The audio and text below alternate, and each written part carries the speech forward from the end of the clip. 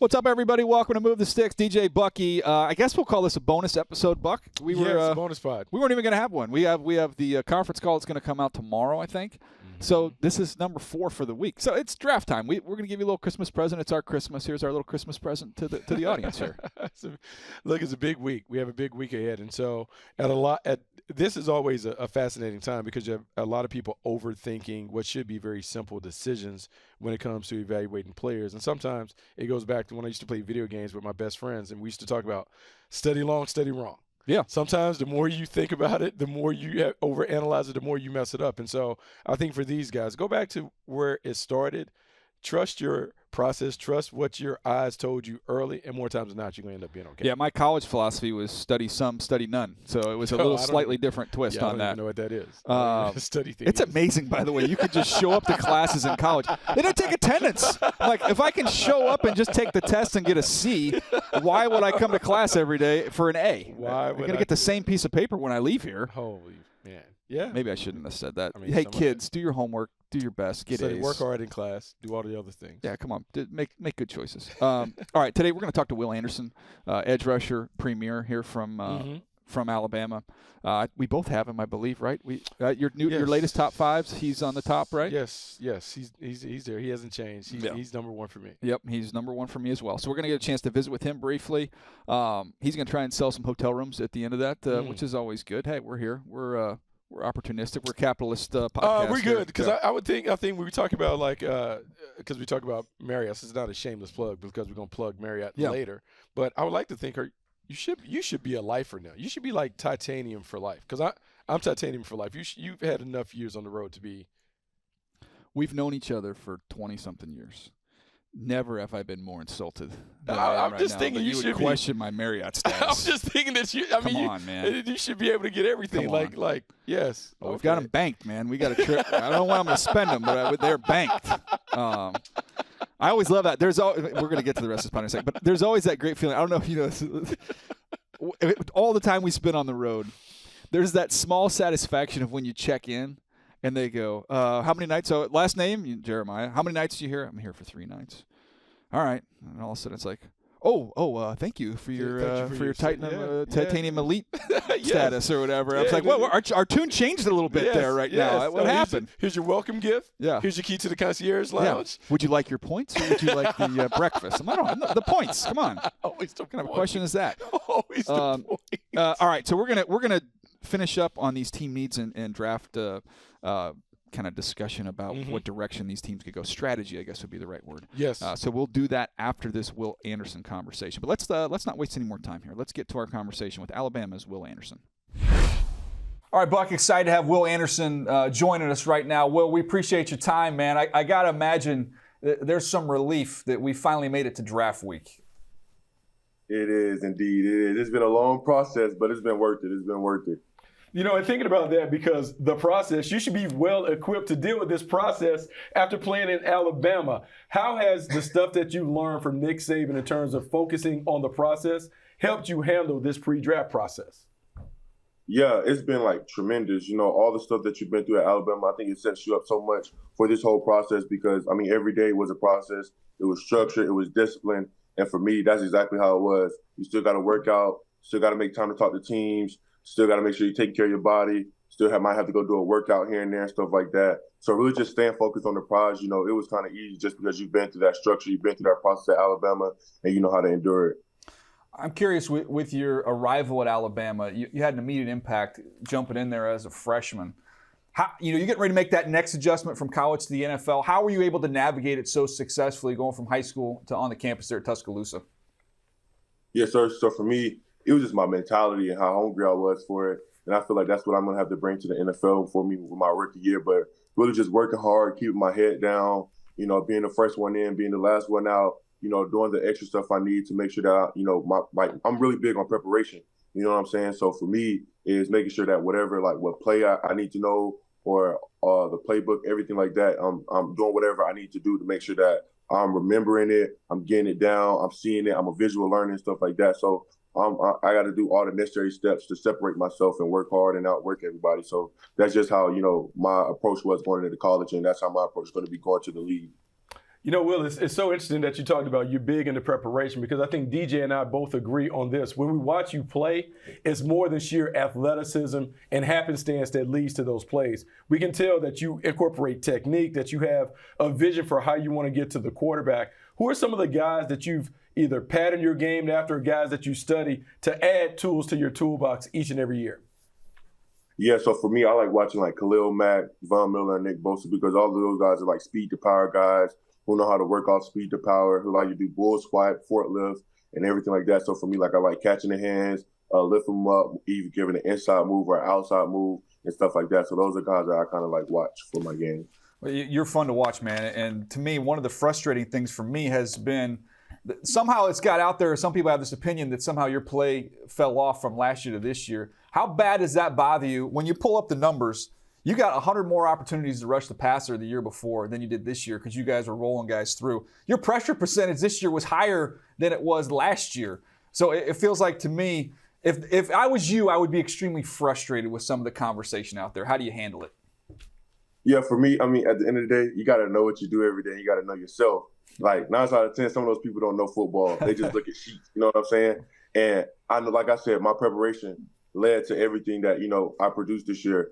I still, like, even if you don't look at the stat sheet, like you said, the pressures, as an edge rusher, it's not only about getting sacks. It's about affecting the quarterback, and it's different ways to affect the quarterback as an edge rusher. You're getting them to get off the spot, throw interceptions, get them to throw the ball out of bounds, helping other people around you make plays by pressuring them. So when you look at an effective pass rusher, those are all the things you have to take into account as well. And having double-digit sacks again 2 years in a row in the SEC, I think that really just speaks volume to the type of player I am and the type of person that, they helped me and mold me at Alabama to be. So, I really don't pay attention to all that stuff because I know who I am and I know the type of work and preparation that I've put in to be in the position that I'm in right now. Okay, so I got to talk to you about one of your teammates because he appears to be very similar in terms of really diving into the preparation, and that is Bryce Young. Give us some secret sauce. Like, what is the key to his consistency and his success when y'all were together at Alabama? Yeah, really just doing everything the right way. You know what I'm saying? Like, he loves football, and he's going to take the necessary steps to be better than everyone. So that's whether he's in there meeting with coaches, watching film while we getting treatment, all the good stuff, staying up late at practice. And I think that's what separates him from a lot of people. He takes the necessary steps that other people won't do, and that's why he's so special. How about these visits and getting a chance to spend time with these teams, Will? With the Houston Texans picking it too, there's been a lot of buzz, a lot of talk about you being in the mix for them with that second overall pick. Maybe not even them specifically, but how have the visits gone for you, and what have you taken from that process? Yeah, actually, the process is smooth for me. I only had 3 visits. I had Houston, Detroit, and the Seahawks, and they were all really great visits, great coaching staff, great coacher. All of them are building something great. I can speak highly about all 3 of those teams. They do a really great job there. Whatever team I get to, I'm going to be very excited, but all those teams do a really good job. Okay, so then we're going to talk about your process. I got to know what your process is today. What are you doing for Courtyard by Marriott today? Yeah, so basically it's really exciting. So Courtyard by Marriott, the official, hotel for the NFL. Courtyard will be, hosting a VIP fan area at the NFL draft. They will be rewarding 32 fans, with tickets that be handed out by me in Kansas City downtown at 4 p.m. So I'll be there. Hope the fans will be there so I can hand out some tickets. So I'm excited about that. Well, I want you to know you're talking to 2 guys who scouted the NFL for a combined over 20 years. So Marriott point-wise, Will, you've got more sacks. You've got more sacks than we do. I guarantee you we have more Marriott points than you've got. Well, come on down there. You can help me out. I got some free sweet nights. I need to cash in some of these free sweet nights that I've got here, man. We got to get together on that. We got a room for you on the top floor. There we go. That's what I'm talking about. All right, last thing, serious question. I'll let you run. Dreamland Barbecue, overrated, underrated? Yeah. Wow. Yeah. Wow. Yeah. Yeah, we ask real questions here. Yeah. Medium rated. Oh, wow. He took the easy way out. Took the easy way out. Hey, man, we are excited for you. Both love you as a player. We've heard nothing but great things about you as a person. We appreciate your time here. Excited for you. Enjoy a week from tonight when you hear your name called. All that hard work paying off. Congratulations, man. Appreciate it. Thank y'all for having me. Have a nice day. All right, Buck, he was great. Big time Big-time talent, and you could see, I thought you had the perfect question asking about pass rush. I think that was the answer we learned the most about Will Anderson. If we were in a team meeting, whether it was the combine or he's on his visit, that answer, everyone should close up their notebooks after that. Because the one thing that we want from our blue chip prospects is to have a blue-collar level of work ethic and really dive into the preparation. His ability to articulate how he approaches the pass rush, given the series of moves and what he's learned from watching other guys. To me, I am all in on Will Anderson because when you watch him on tape, he doesn't necessarily win because he's the best athlete or the most explosive player off the edge, but he has some technical savvy that allows him to do it. And in watching Nick Bosa and Joey Bosa and some of the other technicians win consistently off the edge, Will Anderson is going to be a solid pro because he has all the ingredients to be a great one. Nabil strikes me as a cologne guy. Is Obsession, is that a men's fragrance or a women's fragrance? I wear a Versace Dylan Blue. Yeah, but we're asking I'm about asking Obsession. a question. Obsession. Obsession, is that a man's fragrance or a woman's fragrance? I'm gonna look at Like, it do right we now. know? Like, we should Kleiman know doesn't know back there? No? No? It's for a woman. Okay. Okay. No, Okay. I just wanted to All right. properly context this, but to me, Okay. like that's what I think of when I think of these great players and pass rushers. There's an obsession with it. So it's funny. It reminds me of that line from Adam Sandler in his most recent movie where he talks about obsession beats talent every day. And so his obsession, his ability to really dive into and to want to be great as a pass rusher is going to surpass what other guys may have that are more talented to him, but they just lean on that athleticism. And so I'm all in. I'm ready to really, I won't say bet the farm that he is going to be a high-end player, but he has the tools and the traits. I can't wait to see where he ends up. Also an Usher song, I want to say. Oh, My Obsession. this is mine. This is my obsession. Confession. Confession. That's confession. Dang it, that was so close. Confession. So, Confession. but if you want to change the words, it's easy to do. It's easy to do. All right, let's take a quick break. We're going to come back. We're going to jump into these NFC needs. All right, Buck, let's jump into this. We knocked out the AFC the other day, so if you're a fan of an AFC team, you're going to want to go back and listen to that episode. We're going to flip it over. We're going to do the NFC today, and let's start with the NFC East. Let's start here with the Philadelphia Eagles. This is a team was in the Super Bowl last year. The rare opportunity to have 2 first-round picks on a year you're in the Super Bowl. They picked 10, courtesy of that trade with the Saints. They picked 30. They have 62 and 94. So those are picks in the first 3 rounds. You look at what happened in the offseason. You lose Miles Sanders. You lose Isaac Samalo. You lose Javon Hargrave. That's a big one. You lose T.J. Edwards, a linebacker, safety/nickel, C.J. Gardner-Johnson, another safety in Epps. So a lot goes out. They bring in Rashad Penny. They bring in safety Terrell Edmonds. So the areas we're looking, linebacker, running back, safety, another defensive lineman, whether it's an interior guy or an edge guy, and I would say corner just because obviously you have the age of those guys and not being locked up long term. Well, the beauty of what the Eagles have done is they've set themselves up to really take best players. We have talked about the philosophy on the podcast numerous times. Early rounds, they like to invest in the trenches. They also like to invest in playmakers, particularly skilled guys on offense outside. And so, to me, if you're the Eagles, you just sit and wait at 10. If you want to get another big guy, another big body to add in the rotation, you certainly can do that. You can begin to prepare for, when Lane Johnson departs, maybe we need to get an offensive tackle. You can continue to add a pass rush to go with that deep and talented rotation that they already have. And then if you want a cornerback, either at 10 or at the bottom of the first round, you can get another one. So for the Eagles, to me, they don't have any pressure on them knowing that they're just going to continue to build their team because they've done a great job of building their team, and they've staggered the depth of their talent where they don't need young guys to come in and make immediate contributions. And that's what they did last year. So Jordan Davis didn't have to play a huge role. He's going to be a big part of what they're doing this year. Obviously, you look at the linebacker position, Nakobe Dean. He sat for a year. Yep. Steps right in. So I think when you look at their roster, I don't think you look and say, oh, there's this hole they need to plug or they need to fill. They can go best player available, and they can do it at important positions. I do think there's a luxury there. If they wanted to take Bijan Robinson, I've advocated for it. I think, you plug him in. This is a 2-team conference with the Eagles and the 49ers, and now you've got your Christian McCaffrey. I mean, he would certainly make a difference. If we were playing video games, I would want to put fantasy mode. I want to plug Bijan Robinson right there because the combination of Jalen Hurts and Bijan Robinson being able to run the football the way they do, it would be problematic for a lot of teams, not just the teams in the NFC, but then in the Super Bowl you have to deal with them in the AFC as well. All right. I think they end up with the edge rusher at either 10 or or 30. I'll be shocked if they leave the first round without at least one edge rusher. Nolan Smith will be one I keep an eye on for them. Van Ness is another one. Hassan Reddick clone. There you go. All right, Cowboys picking 26, 58, and 90. You look at them in the offseason. Ezekiel Elliott, Dalton Schultz, Connor McGovern out, Brandon Cooks in, Stephon Gilmore in. You're looking at defensive line, running back, continue to address the offensive line, which they've done recently, in the linebacker position are some areas they could look here. So if we're going to go pick 26, Buck, also you look at the tight end position. Tight end is wide open. My eyes on tight end.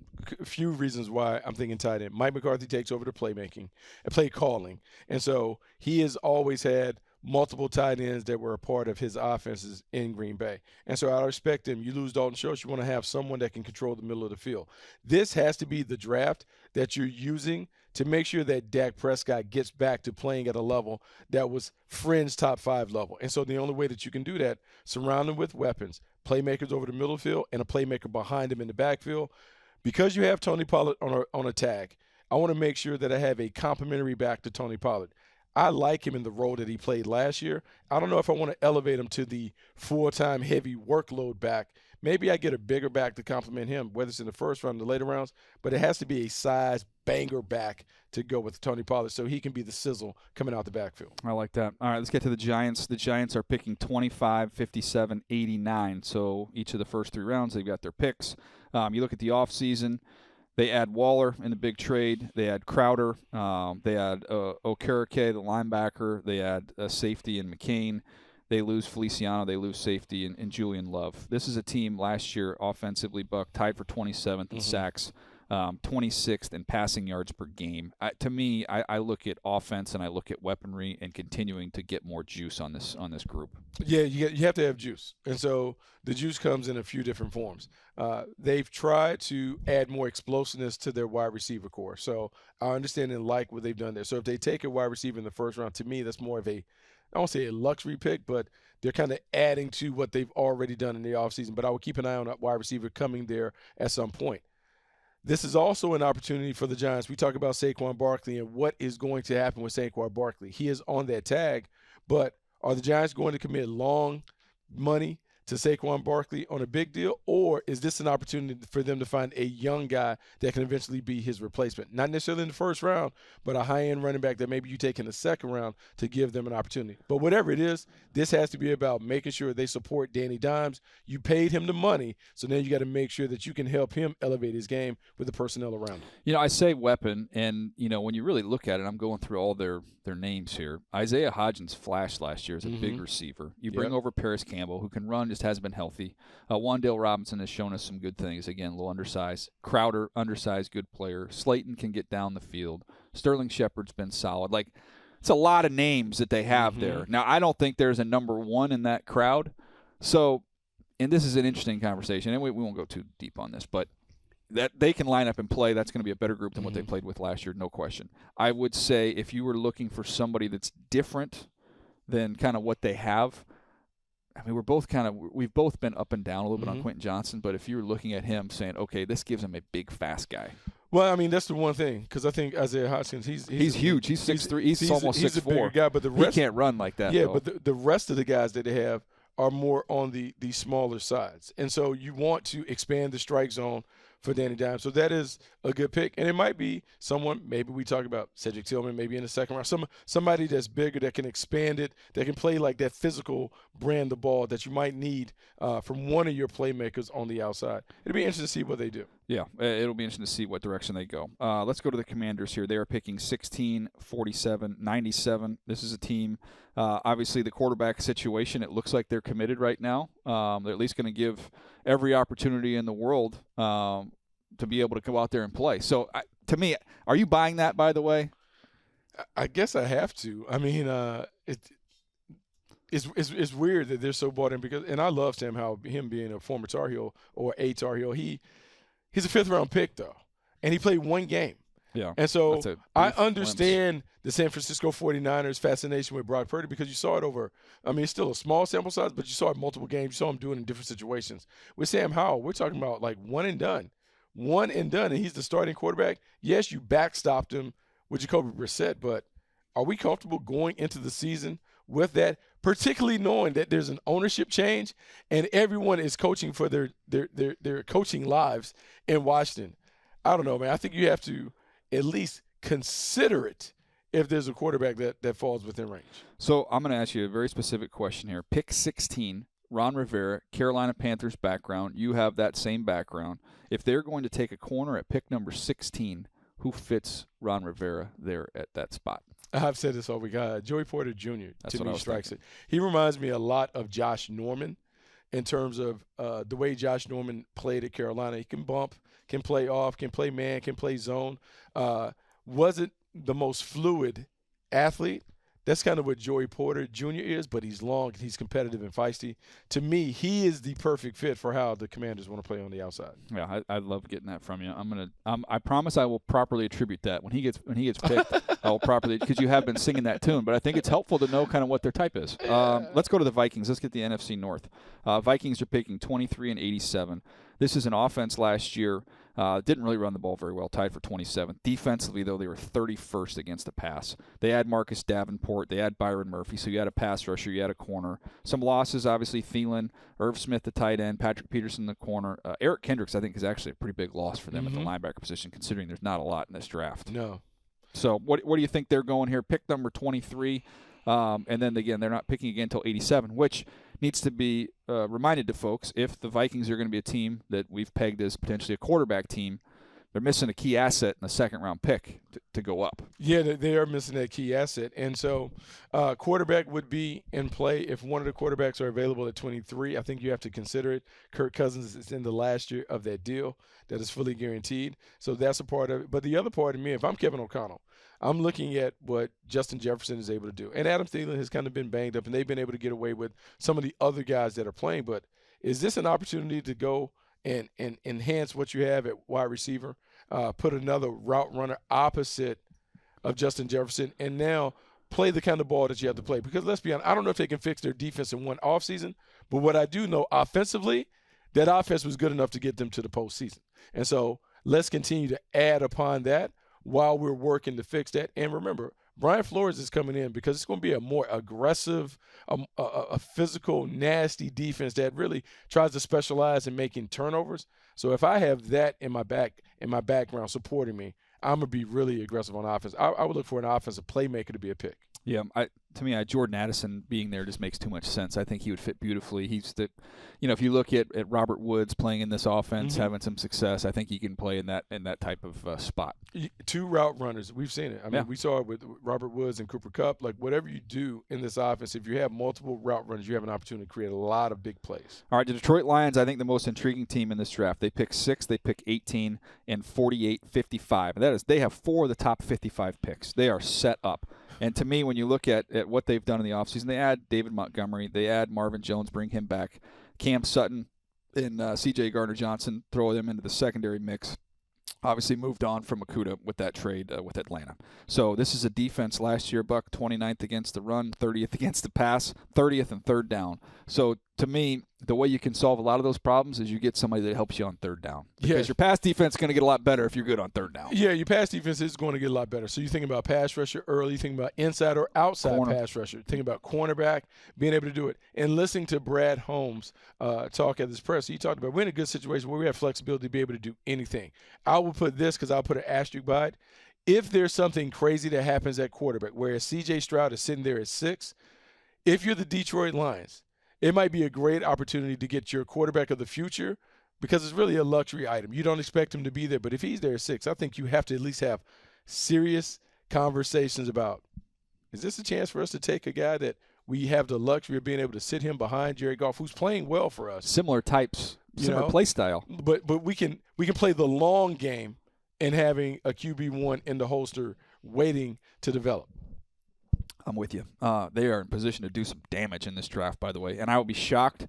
I would be shocked if they don't turn one of these 4 picks in the top 55 into an asset next year. Oh, you should. You should. You want extra picks every year. You keep it going. You always want to be in a position of power. Also, next year we talk about the quarterback class. We talk about those guys who could be in it. You always want multiple picks in the first round because it gives you an opportunity to get in that mix if you ever need a quarterback. I think there's certain years where you could say, okay, let's cash in all the chips. Last year was a draft that matched up with the Jets' needs, so they came back in and just said we're going to go all in on these top 4 guys. And that draft matched up, and they hit it out of the park. I don't know if this draft is like that for Detroit. I'd be trying to get some extra picks next year. Yeah, because I think this draft, and we've talked about it, like smaller number of blue chip prospects, large number of very good prospects, but if you have an opportunity to dig into a deeper, more talented draft pool, hey, let's punt. Play defense, and we'll come back next year and get it right. All right, the Green Bay Packers, they are picking 15, 45, and 78. At the moment, maybe they add to that pile. We'll see what happens with Aaron Rodgers. This is an offense that was 24th in the red zone. This is a defense that was tied for 27th in sacks. They were 26th against the run. They lose Alan Lazard. They lose Robert Tonyan on offense. So I know we've talked about the wide receiver position, Buck. It's something they traditionally haven't done in the first round. I still think that 45 would be more of a target for them with a wideout. If we're looking at 15 and we're going to go with a tight end, and so I'll give you a this or that question. Let's say you're sitting there at 15 and you have your pick of any of the tight ends, whichever one you fancy. And then you also are looking at edge rushers that consist of, let's go Murphy. Miles Murphy would be in that mix. Let's say Van Ness, and let's I'm going to take the tight end. You didn't have to go through against it, the field. Okay. And the only reason why I'm going to take the tight end is because the tight end is going to be the easiest way to make Jordan Love comfortable. It's the shortest throw. It's right over the middle of the field. And when you look at young quarterbacks, a lot of them really excel at in-breaking routes inside the numbers. Let's get the best tight end. So I'm going to say let's get Dalton Kincaid as opposed to Michael Myers. Because Michael Myers, to me, is more that combo wide tight end. He wants to, do his dirt. He can block in the run game. He can catch. But Dalton Kincaid is a little more dynamic. And so I'm leaning towards Dalton Kincaid being the pick 15 right over the middle field. Let him be a weapon. I want Jordan Love to be comfortable because he has to kind of hit the ground running this year. There's a worship song called Waymaker, and for some reason I've got Playmaker. I've changed the lyrics, which is probably sacrilegious, but I've changed the lyrics when I'm looking at the Green Bay Packers. So just get somebody to make a play. Get somebody else to add to that mix. They have to. Christian Watson will be fine. Romeo Doubs is fine, but you want a young guy over the middle field. They all can grow together. Yep. All right. Bears picking 9, 53, 61, 64. I got us in all kinds of hot water with all the Bears fans when I talked about the idea that if Richardson's there at 9, they have to at least have the conversation. Nothing wrong with having a conversation. Have the conversation. That's all we're saying. So here's what I want people to understand. We spent an entire day when I was in Carolina talking about Matt Jones. You remember Matt Jones? Yeah. The wide receiver from Arkansas that went to Jacksonville in the first round. He was a quarterback at Arkansas. Yep. On the heels of having a good team, we talked about Mac Jones potentially being our quarterback because we saw Michael Vick doing all of that quarterback run stuff. So these are conversations that you have. Yeah, you burn up a day talking about it, but yes, you have to at least entertain it. If Anthony Richardson falls to you at 9, you have to at least have the conversation. Not saying that you pull the trigger, but you got to talk about it. I will add on to that and say this. If Anthony Richardson is on the clock at 9 and you are having your first organizational discussion on Anthony Richardson at pick 9, it's a problem. You are in big trouble. 15 minutes is hard to make. You are not doing your homework. And I don't. That doesn't strike me from what I know about Poles and what I know about Ignatz Cunningham that they're doing their homework. Yes. So that's where we are there. But anyways, let's go Bears. Let's look at a couple ways they can go here. You're looking at edge rusher. You're looking at corner. You're looking at offensive tackle. To me, a team that's last in passing yards per game, that's 29th in sacks, and they've done some things on the offensive line, Buck. Mm-hmm. I look at this on paper, though, and I do not see an above-average offensive line. I mean, I'm hoping this is an average offensive line. I do not see an above-average offensive line. So, to me, if you got your pick of the offensive lineman, whatever one you like. I mean, I'm personally a Skoronski fan. Yeah. But if that's Jones, if that's Paris Johnson, if that's Darnell Wright, I don't care. But to me, if you're in going forward with Justin Fields, you got to be better up front. You got to be better up front. And DJ, we saw it last year with the Seattle Seahawks. Seattle Seahawks doubled up. Yeah. Offensive linemen doubled up, and it worked out for them. So, for me, we talk about this offensive line. Before we can even think about the fun part, the bells and whistles that go around Justin Fields, you got DJ Moore, you have these weapons. But if he's on his back, you won't have an opportunity to get to him. And so you want to build around Fields, make sure he's protected, he's upright. But at some point, Matt Eberflus is going to be knocking on Ryan Poles' door like, hey, man, I can't play the style of defense that I want to play unless I have someone on the inside of the 3 technique or someone on the outside who can rush the passer. At some point, they have to address those issues. So, again, though, if you're looking at the defensive front and the offensive front, Look, there's some interesting guys I think that will be there when they come back and pick at 53. Mm-hmm. Again, remember, they don't have pick 32 as a Chase Claypool trade. Yes. Man, that'd be nice to have that pick. Oh, yeah. So they are picking 53. So at that point in time, man, that's a lot of good offensive linemen off the board. I can make a case. I can find an edge rusher. I can find a guy. Yeah. I'm just getting at, if you're going to go O-line, D-line, I think you got to go O-line first. Well, I mean, you look at the talent. The talent is different. The disparity, the drop-off is different between the offensive tackles and the edge rushers. So you take the offensive tackle early because you're going to have the pick of the litter up there. You're going to have one of the top 2 or 3 right there in your wheelhouse at 9. So you have to take that guy. You can come back. We've talked about edge rushers. You can find them outside of that. But, yeah, it's a deeper pool of talent at edge rusher than it is at offensive tackle. Can I give you an impossible question real quick? All right, we're in the room. We're on the clock. Hey, Bucky, you put your stamp on Bijan Robinson right here at number 9. I know we got other needs. We take Bijan Robinson. Oh, my gosh. I love him. But I told you I was putting you on the spot. But I feel like he'll be ducking and dodging. I think he would become this version of Saquon Barkley because he's ducking and dodging guys in the backfield, so we won't get a chance to really see him at his best. And as you have said, I don't know if this team is ready to drop the premier running back in. I don't know. We might waste his prime years while we're trying to get good. We might need to wait a year or 2 before we put in that 5-star running back there. Amen. So I can say it out of both sides of my mouth here. 3rd-rated player in the draft. Love him. Think he's got a chance to be a perennial Pro Bowler. Not the right pick for the Bears right now. Can't get the best out of him there. No. Detroit is interesting. We didn't talk about that scenario. Yeah. But if he's there at pick 18, maybe you pass him once if you're Detroit, but it's like if it's fate at that point in time. If he still comes to us at pick 18. You're teasing me. I can't. I mean, come on, man. It's too much. I got to take him. Yeah. All right, let's get to the next division, the NFC South. Tampa Bay Buccaneers, they're picking 1950-82. This is a team, obviously the quarterback situation. You bring in Baker Mayfield. You've got Kyle Trask. We'll see what that looks like. You look at the safety position. You continue to add edge rushers.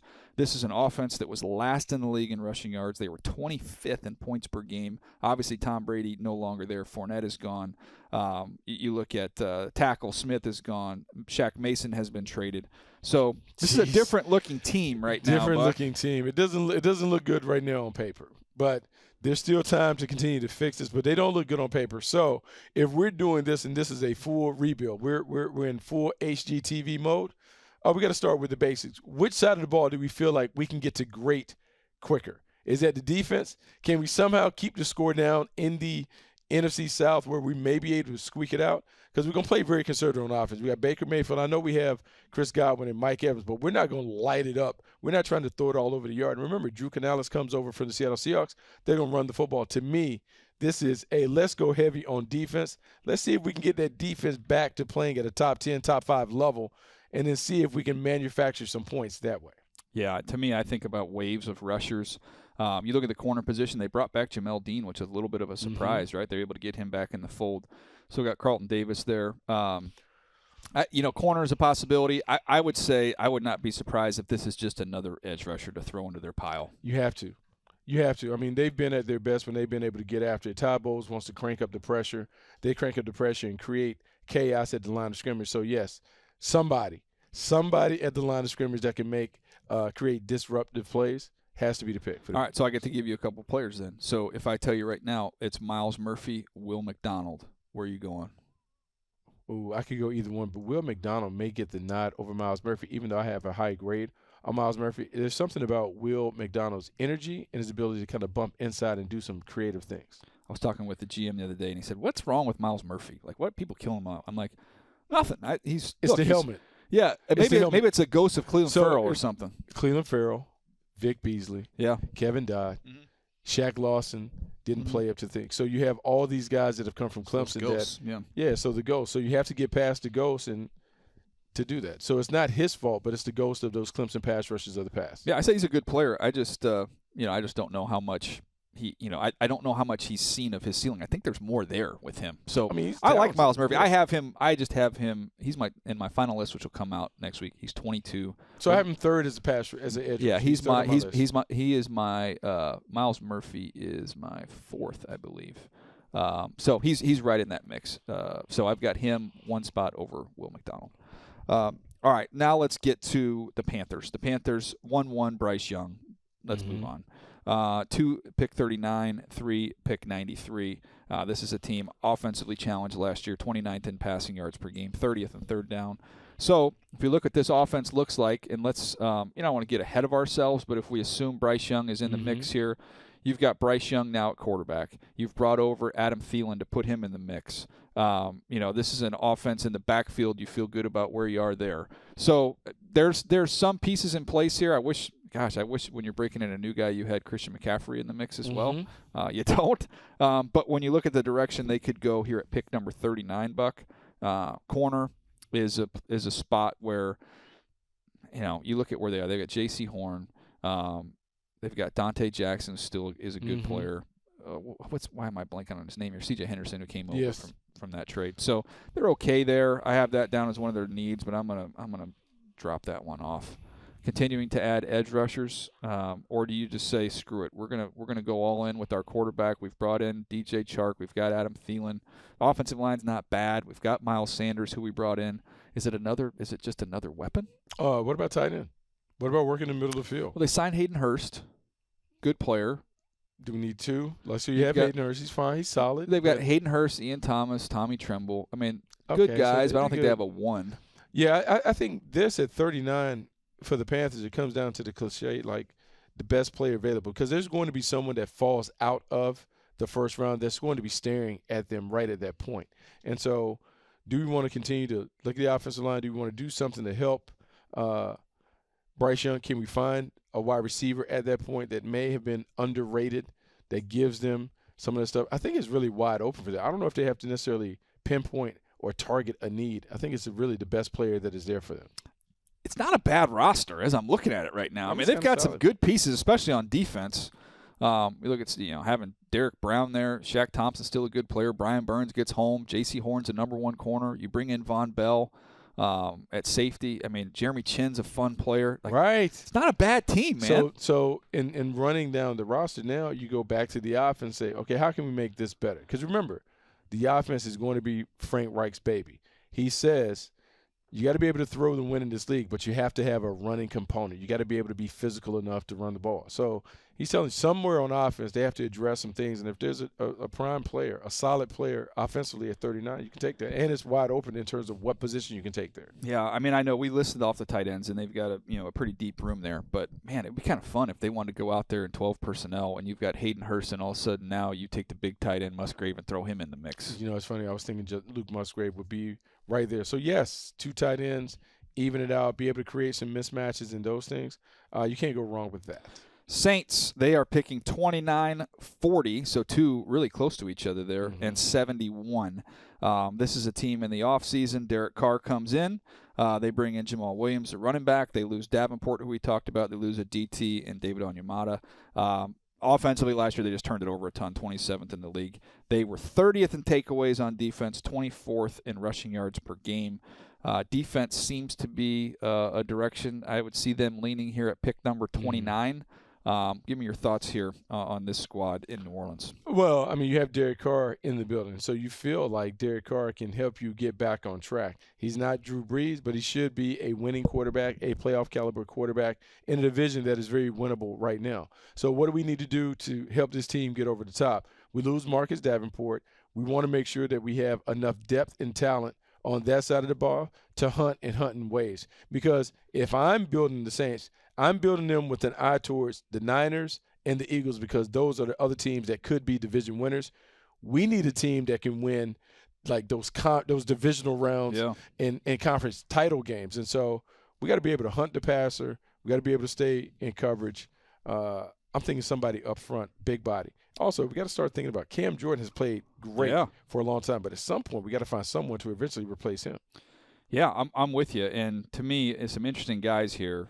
If you look at Kalijah Cansey, who is somebody that's a little bit undersized at a Pitt, but very dynamic, very explosive. Think about Sheldon Rankins when he was on that team. Like he has a role. You can find a role for him in that defense. So I kind of like the idea of them going with a defensive tackle here, add them to their front. All right, let's get to the Falcons. They're picking 8, 44, and 75. This is a team that last year was 31st in passing yards per game. They on defense, Buck, how's this? 31st in sacks, 31st in third down, 27th in turnovers. That is not good. They have recently added Calais Campbell. They've added Onyemata. They have also added Jesse Bates, which was a huge addition to this defense. So they've added some pieces here along this defensive front and in the safety position. But, man, they had a long way to go on defense. It's a long way.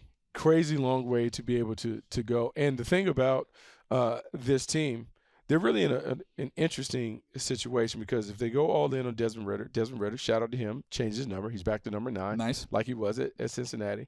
He's trying to grow into the role of being the QB1. Well, we want to be able to continue to run the football. They've been able to do it with Cordero Patterson. They have Algiers, but you're sitting there at number 8. And I just remember a young Matt Ryan and how he benefited from playing with Michael Turner.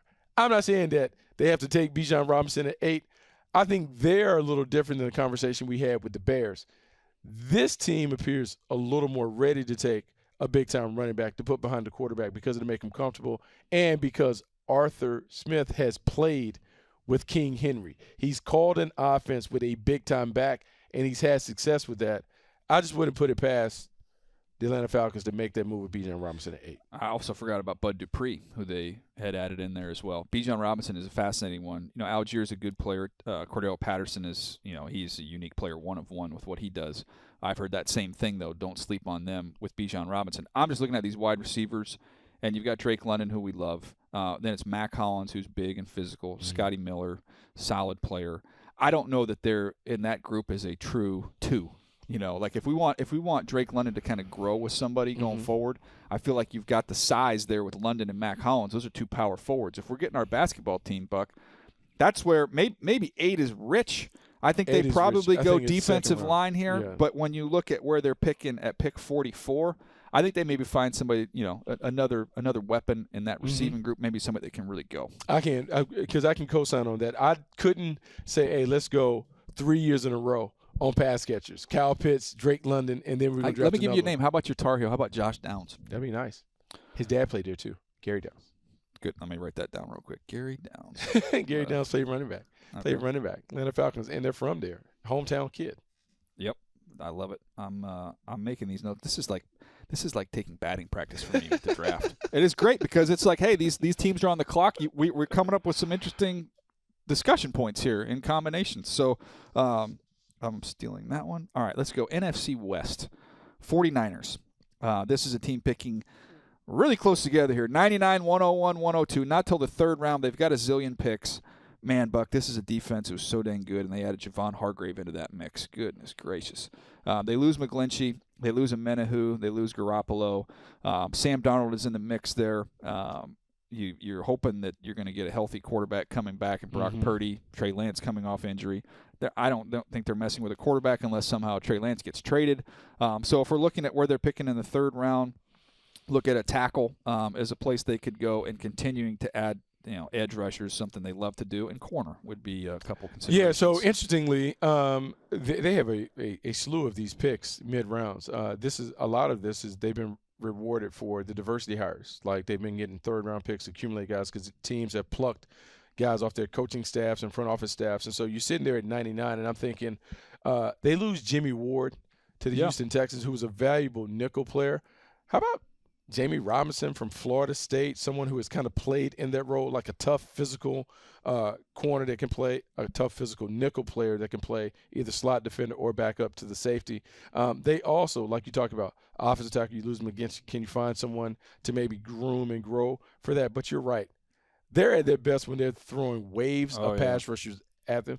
You're sitting there at 99, you're just waiting for someone to fall in range, someone that has a high motor, someone who has athletic traits that you like, that they can kind of build up, because they've been able to really develop guys in San Francisco. They do a great job. I think I would keep an eye on Motown Philly, Wanye Morris from Oklahoma. Let's get a little Boys to Men action in there, one of those picks. So, again, the nice thing about having 3 picks that close together is you don't really have to make any decisions. We like these 3 guys. Who do we take? All of them. You take all of them. All right, Seahawks. They are 5, 20, 37, 52. So they've got 4 picks in the top 52. They can do a lot of damage here offensively. Tied for 22nd in sacks. Remember, they play those 2 rookie tackles, continue to get better. They were terrible in the red zone. They were 28th defensively. They were 30th against the run. Adds in the offseason, they had Jones, very talented defensive tackle. They bring back Bobby Wagner. They bring in Devin Bush. They signed Julian Love. They lost Rashad Penny. They lost Gabe Jackson. So a lot of different directions this team could go. Edge rusher, continue to add to that defensive front, a defensive lineman on the interior. Wide receiver seems to be an area that they could address as well. Man, I think early on it's about fixing the defense. Whatever is there, they can take a pass rusher, any of the guys that are available. We can talk about Tyree Wilson. We can talk about Will Anderson. We've had a conversation about Jalen Carter being probably intriguing because he can be an interior presence, but they can have the pick of the litter when it comes to that. At 20, you talk about a wide receiver. To me, you add a wide receiver, a slot receiver, a Jackson Smith and Jigba, if he's there, to what they have in Tyler Lockett and DK Metcalf, with Geno Smith showing that he can be a deadly accurate passer, man, you talk about taking this offense to another level. They just – look, they got a bonus pick. You don't expect them to be picking 5 while also having a playoff team. So this is one, man, you talk about taking the best player available. Take someone that can change the tenor of your program. Can I give you maybe a surprising pick? Seattle has not taken, I believe, the last first-round corner they took was from Miami. This is going back way back. Kelly Jennings. Nice pull. Good pull right there. It's been forever. They've been able to find guys. Richard Sherman famously, obviously Tariq Woolen, the most recent example. They've been able to find guys later in the draft. I almost wonder, let's say in this scenario, let's say that they're not comfortable with Jalen Carter. Mm-hmm. And let's say, which is very real, that Tyree Wilson, Will Anderson, whatever order, they're gone. If you look at kind of where their team is and where their roster is. Devin Witherspoon? I was almost thinking about Gonzalez. Oh, okay, big. So you have Gonzalez and Tariq Woolen. You've got 2 trees out there. Blocking the sun out. Is that, because we're always like, what's a surprise? We always get surprised every year. That's one of those ones. I wouldn't totally eliminate that. Okay, I know they haven't done corners in the first round, but I can make a case. Talking about 6'2", so let's go all the way back to the original Legion of Boom and how big they were. So when you think about it, because remember, all of those guys were over 6 foot. So you had Richard Sherman, you had Brandon Browner, you had Byron Maxwell, who was also long and big and played really well in that system. Well, now you have an opportunity to do it with those bigger guys. And even though the system and scheme has evolved, what you're looking for on the perimeter certainly hasn't. And because they've had success with Tariq Woolen, why not go and get another big big corner type to put out there, blot out the sun. Be fun, man. Be fun defense to watch. Can you imagine those battles, all those big guys playing one-on-one, like them going against DK Metcalf and all that? Yeah, and then maybe they come back at pick 20 and they stay on the perimeter and they end up getting a receiver, get somebody to come in there and complement what you have at that side of the ball. They're trying to get back to it, and I think you can't underestimate. It's been reported they're moving Jamal Adams from safety down to the box to play weak side linebacker to go with Julian Love and Quandre Diggs. And so they're trying to get that defensive identity back. Brought Jaron Reed back. You talked about Jones coming up. Like, they're trying to get that. So now that corner is kind of like that missing piece to get them back to playing that defense like they played in the early 2010s. Yeah, no, and then look, you all of a sudden now you've got Julian Love, who plays some nickel. You've got Kobe Bryant, who did a nice job in the nickel. Like, you've got some different skill sets to play with there. All right, the Rams, no first-round pick. They are picking 36, which is the highest they've picked in a long time, in several years, as crazy as that sounds. They picked 36, 69, 77. This is an offense that was not good last year, 27th in points per game. Obviously, the Stafford injury playing a role there. 27th in passing yards, 27th, tied for 27th in rushing yards. They were 30th in sacks, Buck. Defensively, they were 21st in sacks. Jalen Ramsey no longer there. Taylor Rapp no longer there. Bobby Wagner, Leonard Floyd. More exodus and not a lot of additions here with this group with the Rams. Well, first thing I want to do is I know Les Snead had that T-shirt, F them picks. Yeah. I think now we need to write on that. My bad. We need them picks. we need them. We need those picks because right now how do you improve this team without being able to really get in the draft? You trade away Allen Robinson. I mean, you had a mass exodus of players. Mm-hmm. Jalen Ramsey and those guys. I don't even know where to begin to fix this team. This team was bad, and then you have an older Matthew Stafford who's going to need more support, and you got to beef up the offensive line. I mean, because the offensive line is really where they've had their struggles the last few years. Even though they won a Super Bowl, the offensive line wasn't great. And so, man, they just have to take best players and kind of figure out a way to stack it and sign some street free agents that are underrated but play well. But It's a long road for the Rams. Here's the good news: they pick 36, and then they have 2 third-round picks, 69 and 77. So you can trade. They have 3 fifth-round picks. They have 3 sixth-round picks. They have 2 seventh. So they got to out-scout everybody, Buck. They're going to have to out-scout people and find some guys. They're going to have to be on their game. Edge rusher, corner, offensive line, interior D-line. They could really kind of go anywhere. The world's their oyster. That's kind of the good thing about where they are. The only thing I would say about them that I would be a little bit more positive about, at the end of the day, Cooper Kupp is an elite player. Van Jefferson's a solid player. You look at Cam Akers, really good player. If Stafford's healthy, he's an elite player still. Obviously, Aaron Donald's still playing at a crazy elite level. They still have some blues. There's still some blues on this roster. Yeah, no, there's still some blues, but, man, it's not like the blues that they've had. So now the guys have to develop. And so this is I would say this will require the best coaching job that we've seen from Sean McVay. So he has to be all the way dialed in as a coach in terms of scheming it up, developing the players. Everyone has to be on the same page. So this will be a huge challenge. Regardless of who they take in the draft, this is really on Sean McVay and his coaching staff to figure out a way to squeeze more out of what they have at their disposal. All right, the Cardinals, last one here, coming off 4-13 year. They are picking 3, 34, 66, 96. They've got 2 third-round picks. This is a roster I've been saying I think it's the worst in the league. They're 26th in third down offense, defensively 31st in points per game, 29th in red zone, 28th in third down. It's a roster that's in rough shape here, Buck. So any direction they can go. I found it interesting. We talked with Will Anderson a little bit earlier. Did you notice he said he didn't visit with the Cardinals? That was kind of surprised me a little bit. Who knows what's going on? Like, the league is so crazy. This draft has been bananas. Everyone is being cute about everything. I can't wait to Thursday so we can finally see where everyone is going instead of talking about it. But if I'm the Cardinals, man, the Cardinals are in the middle of a complete reset. You have Monty Austinford coming over. You have Jonathan Gannon coming over. You have these 2 guys are having to work through a draft together for the first time. And you have a team that doesn't have an identity. And so this is their opportunity to put their stamp. And so regardless of what the needs are, they need to make sure they have the right character fits so they can change the culture in the locker room. I almost wonder, with the injury to Kyler Murray and him coming back off of injury, Jonathan Gannon coming into this role as a former defensive coordinator, if he doesn't say inside that room, guys, look, we're not any good on either side of the ball. Quarterback's not going to be healthy for a minute here. We'll get to the offense. That's next year's problem. Let's reassure them. Let's try and get this defense up where we can be competitive. Because if you have a good defense, you'll be competitive. You'll be in games. Yeah. So I almost think this is, maybe you can trade down from 3, get a bunch of picks, and this is just throw as many resources at defense as you can. Because who knows? We don't know if Budda Baker's going to be on this team. He wants out. He wants out. Wants more money. Wants out. So yeah, you're right. This, to me, DJ, I know they talk about Kyler Murray, and Kyler Murray has been showing pictures of him squatting and getting back. I think we've already talked about him being a redshirt.